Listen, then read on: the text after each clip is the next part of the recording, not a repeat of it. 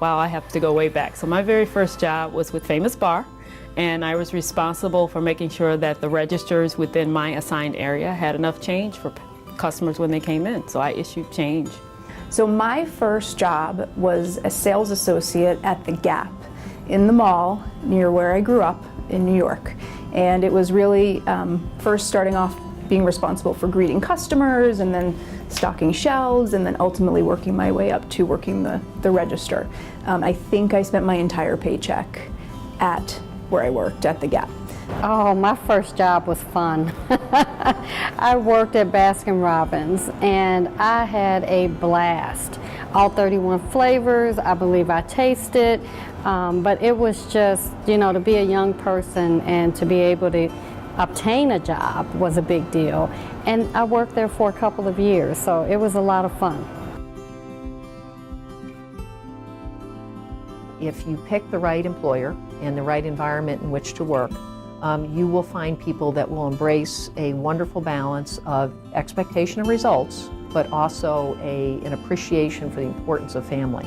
And so healthcare is an industry, but I would honestly argue BJC and Rich Lightwig have gone out of their way to make sure that we do role model for our family this balance. So the advice that I give women when they're starting out in their career is really to seek out mentors, strong female mentors, who can help push you outside of your comfort zone and get you thinking about the art of the possible versus just thinking about the current situation you're in or the current work environment you're in, and keep those mentors close throughout your career. I like to suggest that they really learn more about the organization as a whole, not just the job that they're going to do. So when I was a youngster, I would read the annual reports and particularly read what the CEO is saying.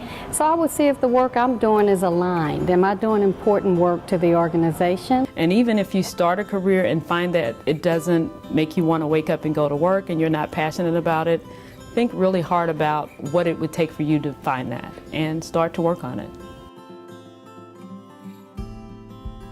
One thing we do really well is organize and manage chaos. I think that's why women can do so many jobs well, and therefore we're to be celebrated. I think it's important that we celebrate women because women represent one very important form of diversity. And diversity and inclusion is fundamentally important to everything we do. It's not just the right thing to do, but it makes us more effective and it makes us more impactful. I mean, we are an important piece of the fabric, and we should celebrate ourselves and recognize the value that we bring and come together.